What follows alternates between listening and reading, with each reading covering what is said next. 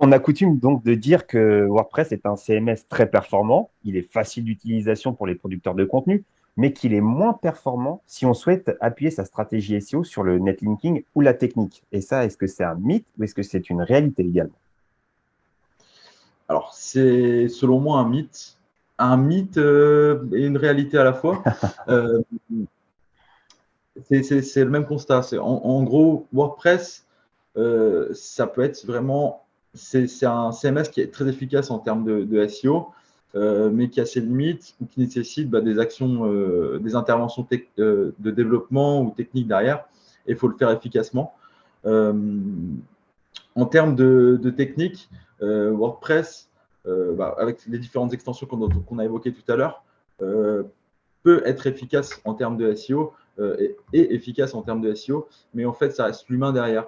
La première base d'une stratégie SEO aussi, ça va être l'arborescence. Euh, Si l'arborescence est efficiente en termes de SEO et qu'elle est réalisable sur WordPress, on n'aura pas de frein technique.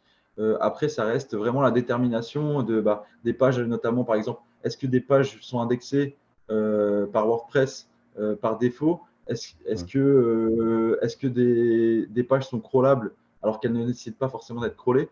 C'est tous ces éléments-là qui vont faire que on va performer aussi en SEO. Et ça, c'est gérable par WordPress. Donc, c'est vraiment une question d'humain derrière, d'analyse. Je pense notamment voilà, aux page tags, on en a évoqué tout à l'heure. Effectivement, par défaut, WordPress va indexer ces page tags qui sont pauvres en contenu et qui ne sont pas très pertinentes en termes de SEO. Si on les désindexe et on a la possibilité de les désindexer facilement, enfin, de mettre la balise no index sur cette typologie de page par le biais de WordPress, donc on n'aura pas de soucis techniques.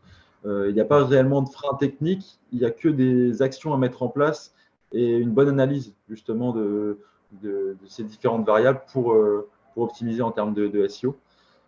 Pour ce qui est du deuxième volet netlinking, on revient à l'arborescence et au maillage. Au final, le netlinking, c'est tous les backlinks qui vont pointer vers le site web. Donc en fait, la première efficacité d'un backlink, c'est il faut que le jus SEO que vous allez recevoir sur une page, il faut que le maillage soit efficace pour que la stratégie de netlinking soit efficace derrière. Mais c'est pas du tout un frein WordPress n'est pas du tout un frein sur ces deux volets-là.